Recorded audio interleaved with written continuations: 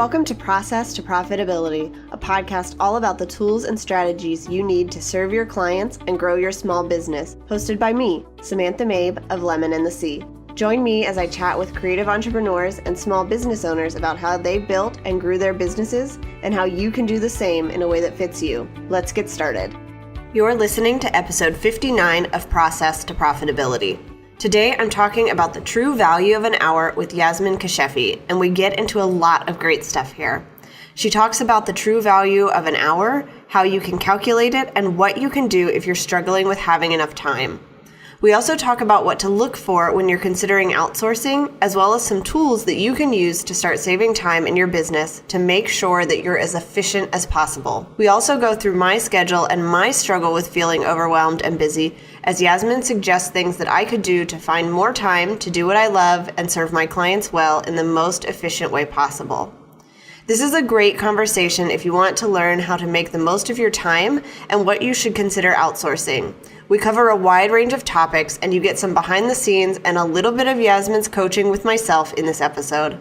Yasmine Kashefi is a creative business strategist who works with female entrepreneurs to help them find clarity, focus, and to create a clear plan of action that scales their business and grows their profits. A seasoned strategist, Yasmine has over 10 years of experience in business strategy, operations, financial planning, and marketing, and an MBA from the Rotman School of Management. A former corporate consultant, she now uses her skills for good to empower female business owners to achieve sustainable, profitable businesses. Hi, Yasmine. Thanks for joining me. Hi, so excited to be here. So I read your bio at the top of the show, but why don't you tell us a little bit more about who you are, where you're from, and what you do? Certainly. So, hi everyone, I'm Yasmine Kashefi. I am a creative business strategist based in Toronto, Ontario. I started off my career in digital marketing and advertising. And once I, decided I wanted a bigger challenge, I went off and did my MBA and transitioned to strategy consulting, which I did over the past 3 years. And as much as I love doing that, one of the things I really enjoyed when I was doing consulting work was working with smaller business owners or entrepreneurs, people who were really passionate about what they were doing versus, the corporate clients that I had that sort of sustain my day-to-day business in my corporate consultancy. And a couple of months ago, actually in June of 2017, I decided that I was going to step away from doing corporate consulting and focus full-time on working with creative entrepreneurs, because as much as I love what I do and I love solving problems, I think what was missing for me when I was doing my corporate consulting practice was who I was helping. I was helping corporations, making them 3% more efficient or more profitable. And at the end of the day, there was really no one person benefiting from the results of my work. And I just when I work with business owners, I get to help a mom, save for her kids' college fund or help pay off her mortgage faster, or really see strides and growth in her business so she can reinvest in it and take it to a whole new level. And that was just so much more meaningful for me. So over the past 8 or 9 months, I have been doing strategy consulting and business coaching with creatives, and I am loving it. I'm so excited that I get to work with amazing women day in and day out and help them scale and grow their businesses. I love that you were doing well in your corporate job, but you knew that you were missing something and you were able to find the people you wanted to help. And I think so many of us are in that spot where we want to be able to help people more one-on-one. And so seeing you actually make that leap is really cool. Thank you. Yeah, the corporate consulting practice, I want to say that I did genuinely enjoy doing it. And my clients were great. I didn't have to deal with nightmare clients or anything. But at the end of the day, the money was good, but the work wasn't fulfilling. And I had an opportunity to sort of take a break from that and try something different. And I put a lot of hard work into it, and I'm glad it paid off. And I know, like you said, there's a lot of other entrepreneurs in the space, and it takes time and it takes a lot of trial and error to sort of find your stride in your business. So if there's anyone else out there who's making that transition and is feeling like they're struggling, I want to be honest, I did too, even though I am a corporate strategist. I've done this for a living for several years, and it takes time to find your footing, especially in the online space where it's a whole different world than traditional brick and mortar type businesses. Yeah. Thanks for sharing all of that. Today, we're talking about the true value of an hour, which is something that we had discussed on a coffee chat. And I thought it was like a really intriguing topic and would really help creatives in this business space. So can you start by telling us what you mean when you say the true value of an hour? Absolutely. So as entrepreneurs, we do quite a bit in our business. Unlike, a salaried day job where you're sort of paid to do one thing and every hour more or less that you put into your job, you're paid for it. When you're running your own business, that's definitely not the case. There is what we call revenue generating activity, and that is time spent on activities that directly put money in your pocket. So in your case, it'd be like web design and graphic design and that sort of thing. In my case, that's when I'm coaching clients or putting together business strategies and plans and whatnot. And then there's everything else that we have to do because when you're starting out, or even in the first couple of years, you really are the chief everything officer in your business. So you're doing everything from marketing, you're posting on social media, you're doing all your like invoicing and the financials of your business. You're doing a lot of like the strategic planning and the operational workflows. And those things and activities in your business are so important and really help you drive the revenue generating activities, but you don't get paid for it. So one exercise I have all my clients go through is try to figure out what the true value of their hour is. And that's determining what their billable rate is when they spread it out across all non-billable and billable activities. So just like a quick example, if you bill out at $100 an hour and you're really spending like an hour of your day making that revenue, but you're putting 9 non-billable hours in your business trying to get everything up and going, that sort of breaks down the true value of your hour to about $10 an hour. And when you're an overwhelmed entrepreneur, you get to the point where you're just so limited by time because unfortunately, as much as we want, there aren't more than 24 hours in a day. And like you can hustle hard and work, 12, 14 hours, but that's not sustainable. So there comes a time where you have to figure out what your hour is actually worth. And if giving up some of that non-billable activity can help you drive more revenue generating activity in your business by taking the time you would have freed up and putting it towards activities that make money. Yeah.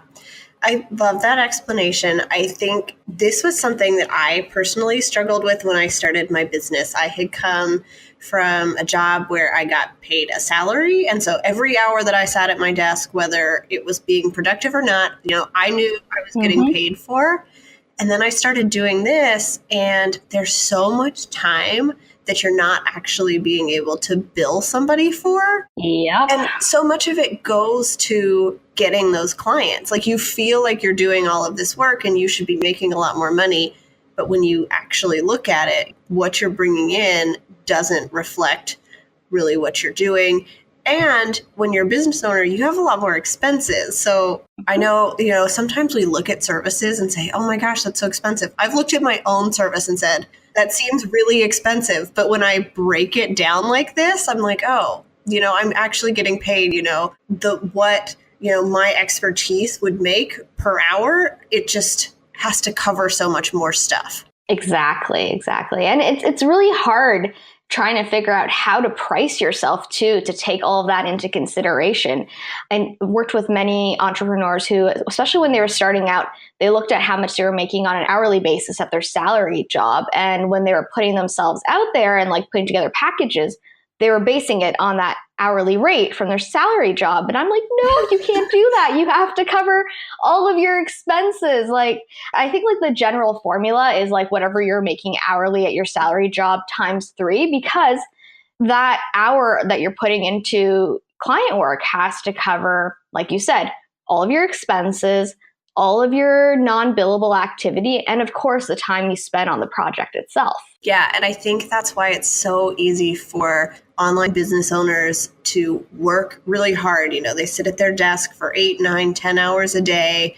They have clients that they enjoy working with. And still at the end of the month, they're looking at their bank account going, I can't afford to pay myself because, I've had to invest in things and I'm just not bringing in what I need to based on the amount of time that I'm putting in. Exactly. And it's tough. It's like a tough thing to have to face. Yeah. And I think this goes back to, I don't remember who was talking about it, but someone was talking about when we charge more in our business, that means that we can then invest more in other people's businesses. So we have to look at almost what we're charging as an investment in other people's businesses. And eventually, we have to make money in order to spend money and support other people too. Absolutely. And one of the things that comes with investing in other people's businesses is, in a way, you're buying back your time. You're getting someone who is an expert at what they do, who can do a project that might take you a bit longer, or a lot longer in some cases,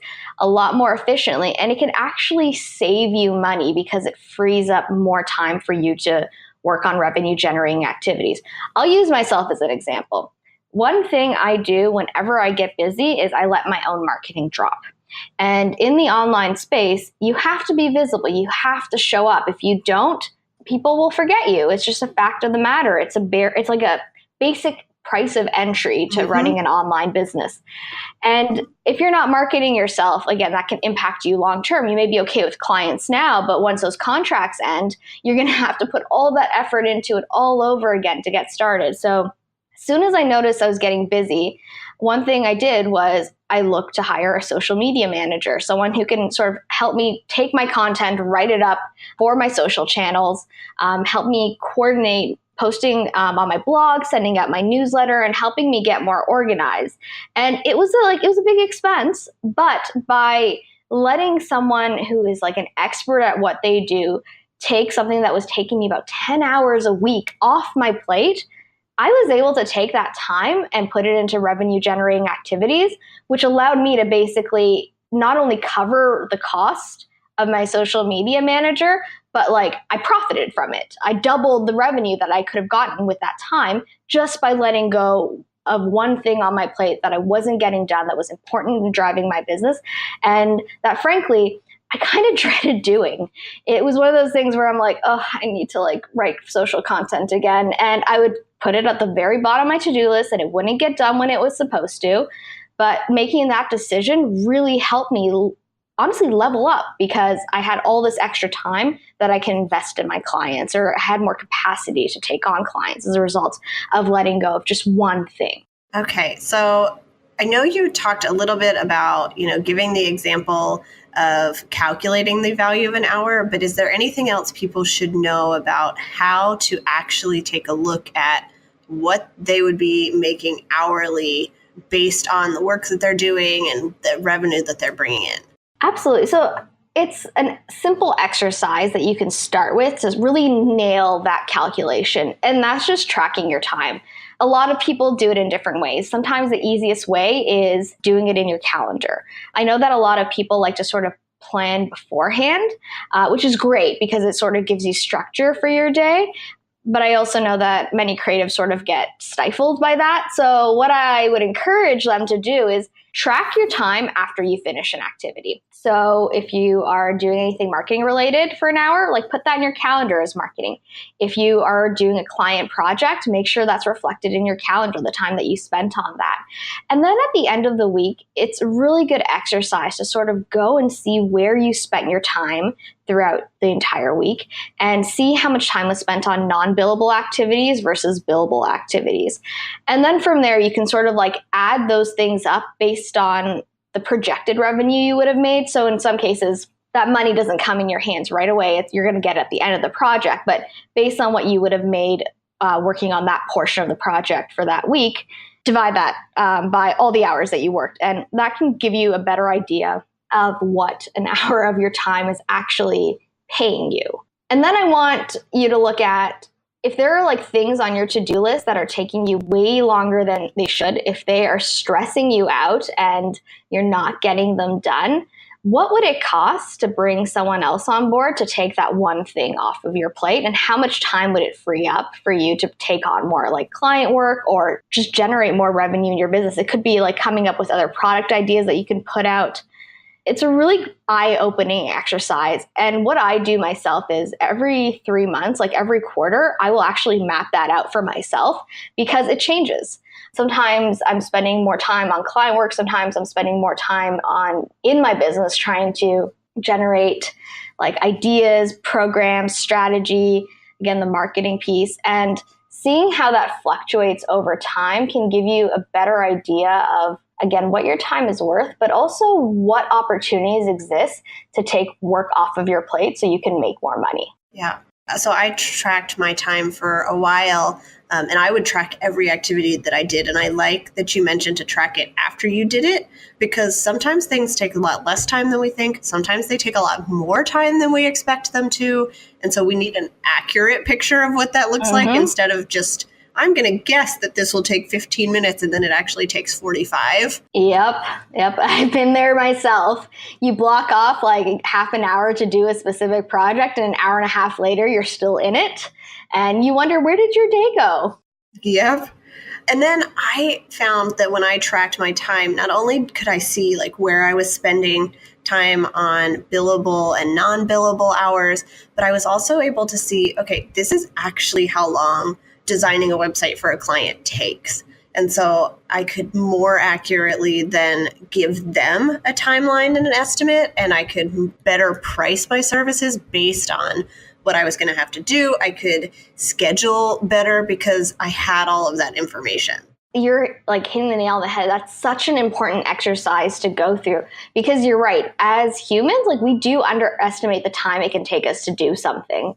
And being able to know your processes, know how long things actually takes, can help you, like you said, price yourself a lot better. So you're getting paid for the value of the time that you're putting into a project, and you're not undercharging for your work. So that's like very awesome. And I'm glad that you went through that exercise, because it's so important. And I think everyone should go through it every quarter, really, to see again how things are changing in your business. Track your time for a week, see how it goes, because again, you might get to a point where you're evolving certain offerings, it's taking more time, or you might even find that like because you're just like so awesome at what you do, certain things become a little bit more efficient. And it's good to see what opportunities exist within your schedule to focus on other potential revenue generating activities. When was the last time you checked to make sure your website was healthy? The only way to know if your website is serving your business and working correctly is to make maintenance a regular part of your to-do list. I've created a maintenance guide at lemonandthesea.com/maintenance that will help you get a picture of how your website is performing, what's working and what isn't, and the things you can work on improving so that you can continue to show off your expertise and bring in more dream clients. Inside, you'll learn why website maintenance isn't something to put off until next week, 15 tasks you should be doing on a regular basis to maintain your website, and the tasks you need to do weekly, monthly, quarterly, and yearly. Get the guide at lemonandthesea.com/maintenance. Okay, so what can we do if we are struggling with having enough time to get everything done? This has been my struggle all of last week. I had a lot of stuff on my to-do list. Everything took longer than it was supposed to. And I just went to at the end of the day, I just felt so overwhelmed. So what could I have done? What can listeners do if that's where they're at? I'm so glad that you asked that question, because I have like another process that I love to implement for myself and my clients that really helps with this. So let me ask you, how do you group your tasks? Like, what's your project or your week planning process? So I have my week broken down into blocks of time. So I have like the morning is supposed to be certain activities, the afternoon, certain activities. And so like there's blocks for client work, there's blocks for just the admin and marketing stuff. And then from there, I'll take a look at what needs to get done each day. I have like a calendar that pops up. Okay, every Wednesday, I email my podcast editor the episode and the show notes. So I know what has to get done at what time. Okay, cool.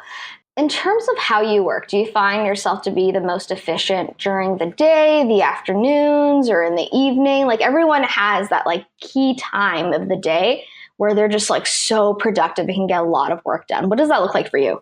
Mine is usually from about 9 o'clock to 1 o'clock, I think. Okay, that's awesome. So what I, again, encourage people to do is, again, track their time as they do things for that like week-long process. So what you're doing for trying to figure out the value of your time can also work for this exercise. Often people will pick and choose certain activities at certain times. There are periods of the day where you are just more productive. Like for you, it's 9 a.m. to 1 p.m. Honestly, for me, it's like 6 a.m. to 11 a.m. Like that is my what I call genius time, because my brain is working, it's strategic, I'm getting things like done, I'm solving problems, and I feel great about it. So what I do, and I feel like you're probably doing this, but I just want to clarify, is I schedule all of my client work, all of my strategic planning, anything that really requires my brain to like think hard about what I'm doing during that time. Things like checking social media to pop into groups, answering emails, anything that can distract from that, me getting into that flow with the work that I do, is scheduled outside of that period, because I want to save my brain power for the most challenging work in my business. And then once I sort of spend all that energy and I go into a more like, okay, I don't want to say like I'm drained, but more of a neutral state, that's when I block off time for sales calls and other things that just don't take as much mental energy to do. By blocking off that period when I can get into flow, which is basically a concept of like optimal productivity and satisfaction. If you've ever started working on something and then like were so into it that you just like looked at your clock and it's 2 hours later and you've been just like working on a project, that's flow. You get into that like state of optimal productivity. I try to make sure that that block of time for me is uninterrupted. And if I do, I find that I get twice as much work done in those couple of hours than I would if I were to break out all those tasks throughout the day. So I basically try to plan my day, and I encourage my clients to plan my day based on when their brain is most productive for a specific task. Often that time is spent doing client work because, again, that's when we can be very efficient with our time by creating like work and value that benefits our clients. And then the rest of the day can be spent on sort of the day-to-day tasks in your business. Are you doing that already, or would that process help you at all? I'd love to get your feedback. I try to do that as much as possible. And I have blocked off like my client work times are definitely in that time frame that I'm the most productive. I could not wake up at 6 a.m. if I tried to.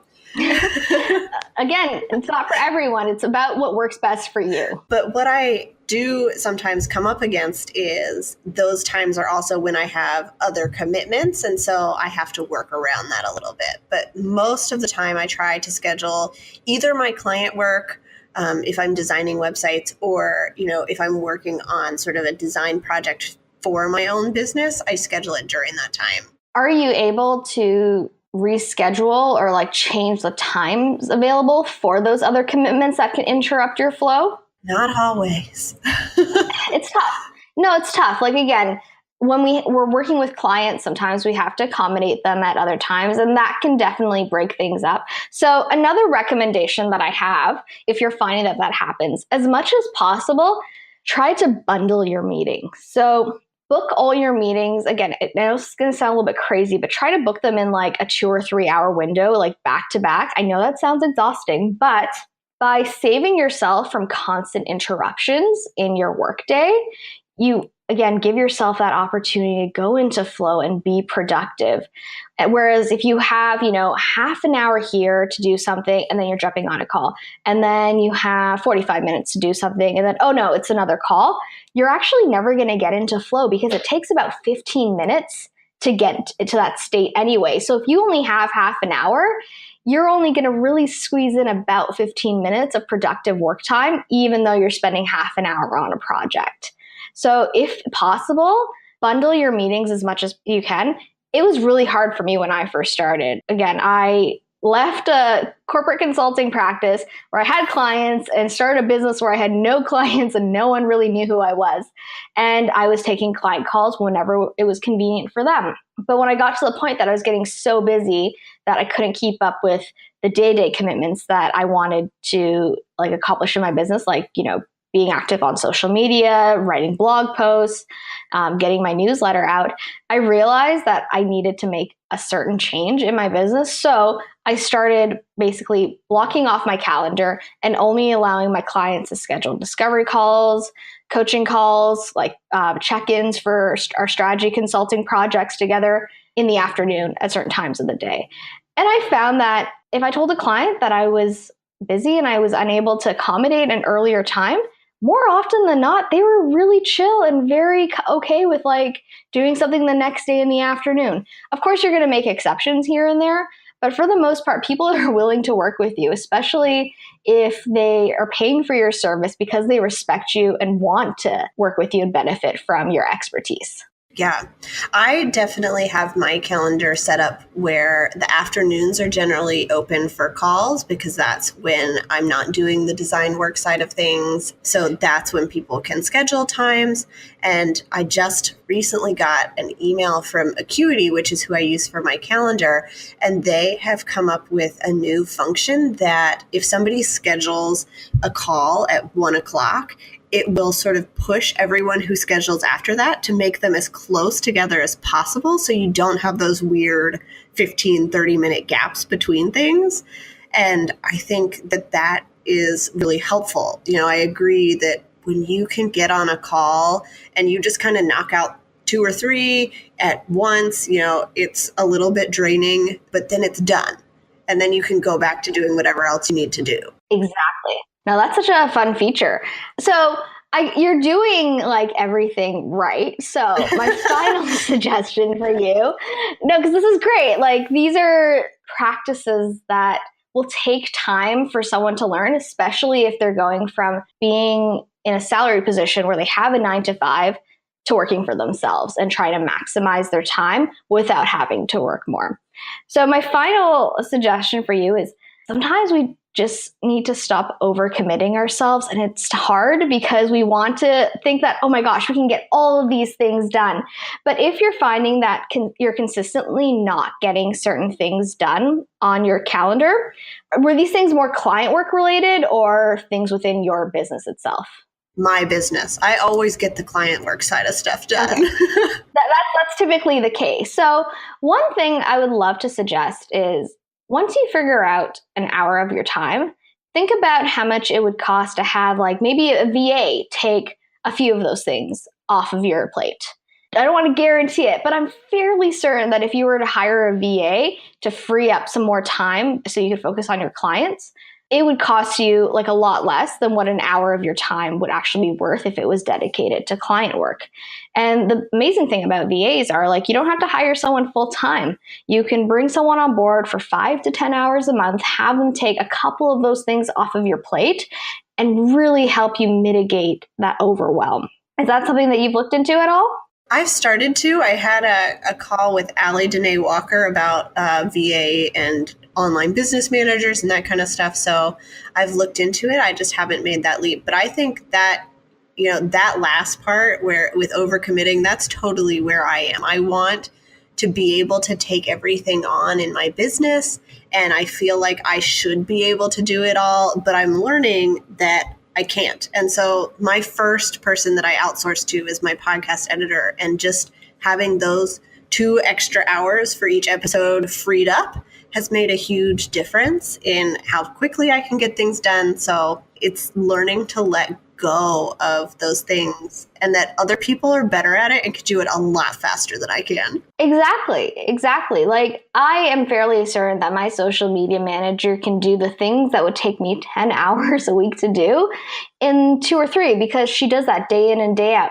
Like for her, it's not a mindset switch. When you're the chief everything officer of your business, every different task that you do requires a different state of like mind, a different state of focus. And that constant switching throughout the day is not incredibly productive because it takes time to get into a certain like mode. Mm-hmm. I don't know like about you, but like if I'm ever like writing, like I need to be in a certain mood to write a blog post. I can't just be like, oh, I'm scheduled to write a blog post at 3 p.m. today, so I'm going to start writing. No, like I need to feel a certain level of inspiration and feel energized to get into that zone and, hammer out a blog post that can drive value to my readers. And it's okay. We're human. That's totally normal thing to experience, and everyone experiences it. Like, I feel like the only people who can do exactly what they want to do at the exact time that they schedule it are probably cyborgs. And I mean, that's pretty cool, but not most of us. Yeah. So it's okay if you're overcommitting. Just let go. I get that it's hard. I even struggled with it. I'll be honest, like in my first business, I made, I think, multiple six figures before I was like, okay, I'm going to bring someone on board. Because at first I saw it as like, I'm giving money away. Like, that's what I felt like I was doing. I'm giving money away that I worked so hard to earn. And I had to really think critically and take the same advice that I give my own clients, which is, by giving some of that money away, I'm actually buying back time and allowing myself to open myself up to new opportunities, to bring in more business and to grow my business. And once I got past that hump, I was able to scale so much faster. So, like, don't look at bringing help on board as a bad thing. Like, just because you can do everything in your business doesn't mean that you should. Yeah. I love the fact that you're like considering bringing on board a VA. Like, based on the benefits that I've experienced in my business, I definitely feel that it will just help free up more of your time and really let you like grow and scale and get to the next level. And for entrepreneurs who are like, in it for a while, like that's really the first step towards up leveling in your business. Like, once you get past that hump and you bring in support so you can maximize your time, that's when you really start seeing a lot of growth and a lot of return in your investments. Yeah. And I think that's really good advice. I feel like a lot of creatives are in this place where they're afraid to commit to paying somebody else because they're still not sure their business, can bring in the money they want, but it does free up so much of your time. And it's all about taking a look at the time tracking and what you need to outsource so you can find the right person to help you and do them the right tasks so that you're getting the most sort of bang for your buck out of hiring somebody. Exactly. And another thing that I would encourage like you and like anyone else out there who's considering bringing on help, start the interview process as early as possible. The reason why I recommend that is often we'll wait until we're so overwhelmed that the idea of taking an hour to sit down and talk to someone and tell them what to do just seems so overwhelming, and like you don't have time for it. So you're like, oh, I'll just do it myself. It'll be faster that way. And that's what gets you stuck in that cycle where you're never able to really let go. So you might not know what you want to give up yet, but personality and fit are such a big component of hiring members for your team or to support you in your business. So reach out to a couple VAs, social media managers, graphic designers, like whatever you need in your business. Literally all things that I did in December as I started getting busy, but before I got so busy. Interview them, get a sense of their style, how they work, and let them know that you're looking to like hire someone maybe in March or whatever your target date is, just so they're not left thinking like, oh, I just had an interview or I had a consulting call with this person and like nothing. Give them an idea of your timelines and let them know that you're talking to a bunch of people. But I guarantee that like if you start that process before you get crazy overwhelmed, when it comes to the time when you're like, okay, I'm going to need to bring someone on board, you will have already done the legwork. It's just a matter of picking the people that you connected the most with, letting them know what you need help with because you've done that awesome time tracking exercise, and having the conversation. And I guarantee that it's going to move a lot quicker and it's going to be a lot more efficient, because hiring people is also a very overwhelming process that discourages other creatives from bringing on board that help they so desperately need. Yeah. And I did exactly that without kind of knowing it from my podcast editor. I talked to her way back when I started, and she gave me just some advice. It was kind of like a pitch sales call, but it wasn't, she didn't pressure me. And then when I hired somebody and I went back and I was like, okay, I have to outsource this. I went back in my emails from 6 months earlier, and she was there, and I already knew that she could do what I needed. And so it was really easy to then go and say, okay, now I'm ready. and I already know that you're going to be a good fit for what I need. There you go. Like, again, didn't that make your life so much easier? So another way that you can also look at it is like coffee chats too. I mean, one thing that, we met through social glue sessions with Raina.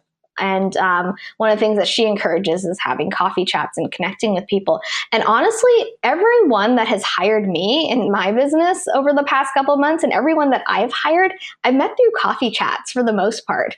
So having those conversations with people and learning about their business and their style really can help you grow.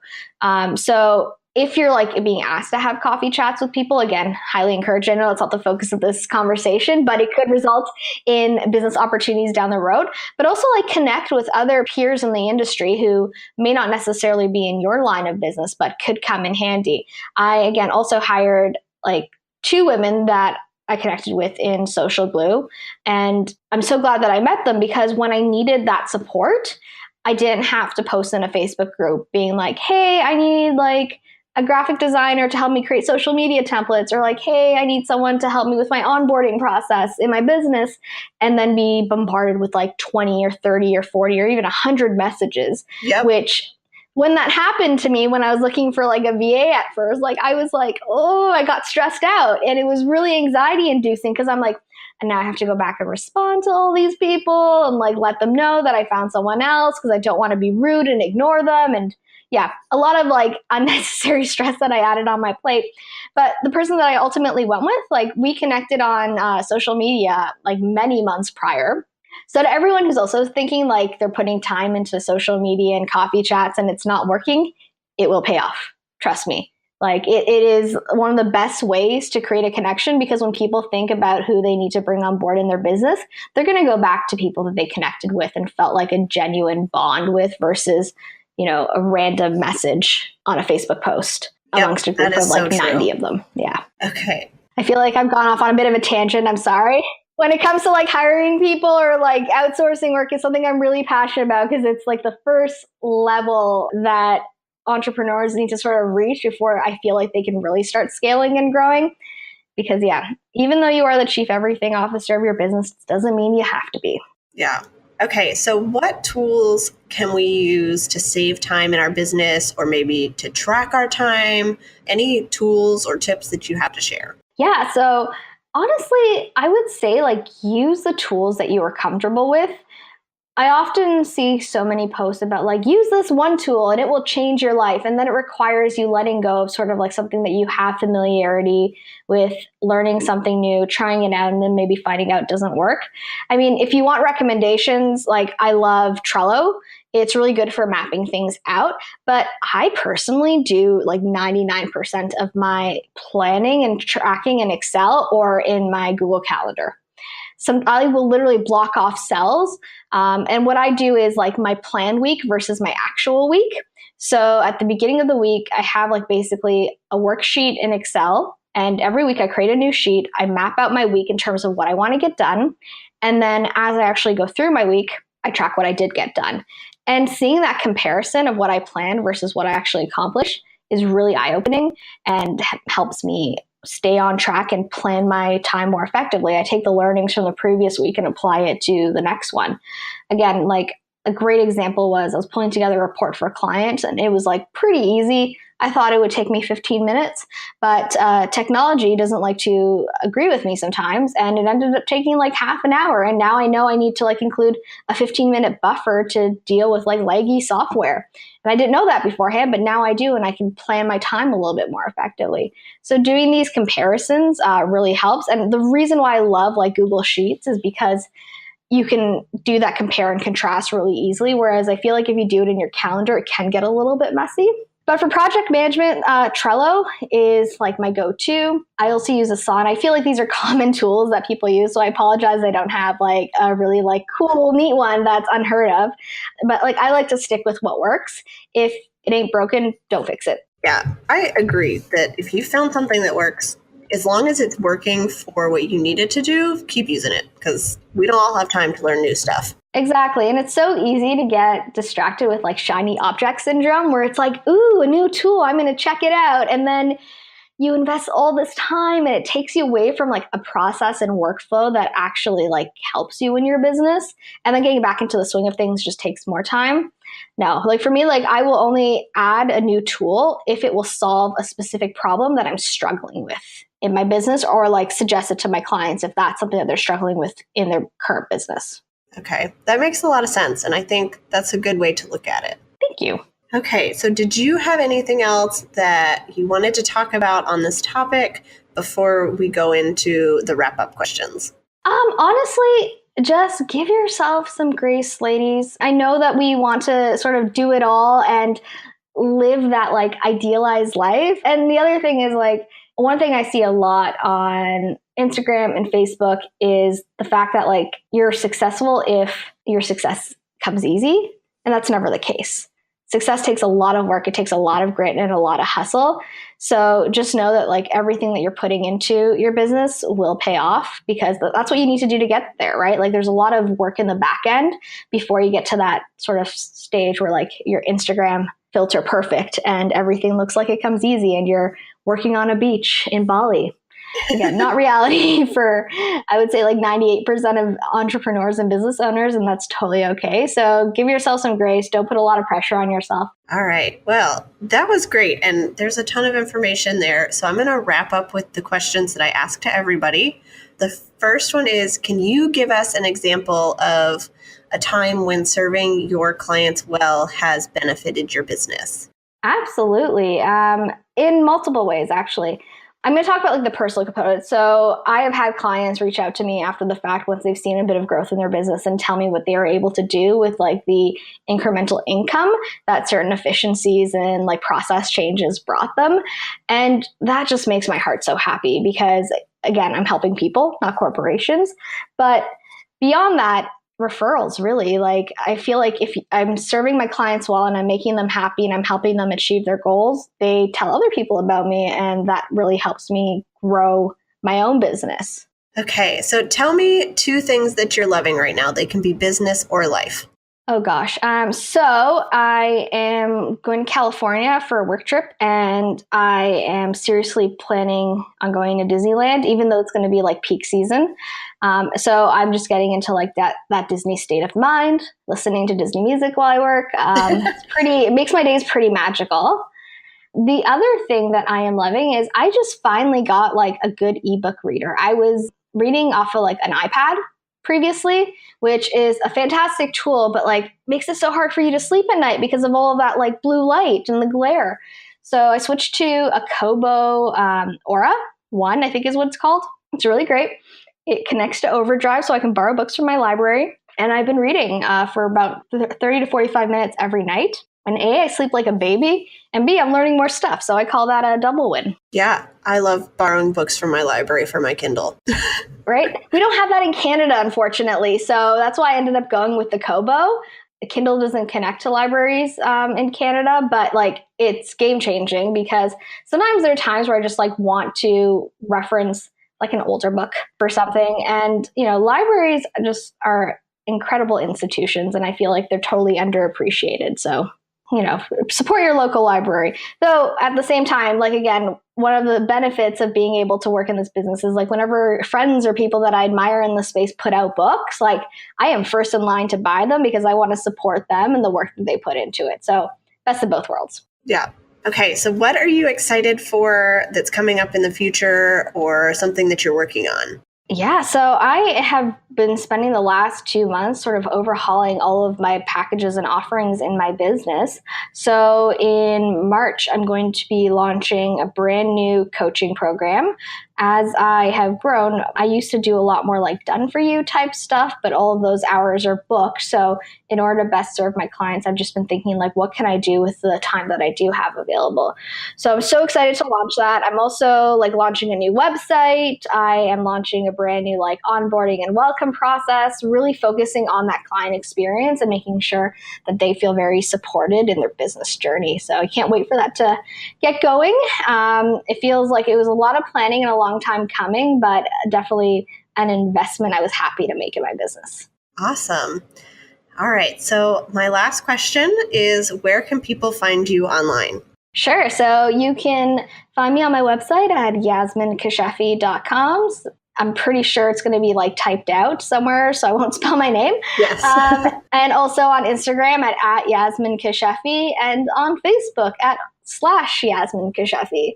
I try to keep all my handles the same. And if you have any questions about anything that I talked about, I love connecting with people. So please don't hesitate to drop me an email at hello@yasminekashefi.com. Thank you so much for coming on today and sharing all of this. I learned a lot. I'm sure that my listeners learned a lot.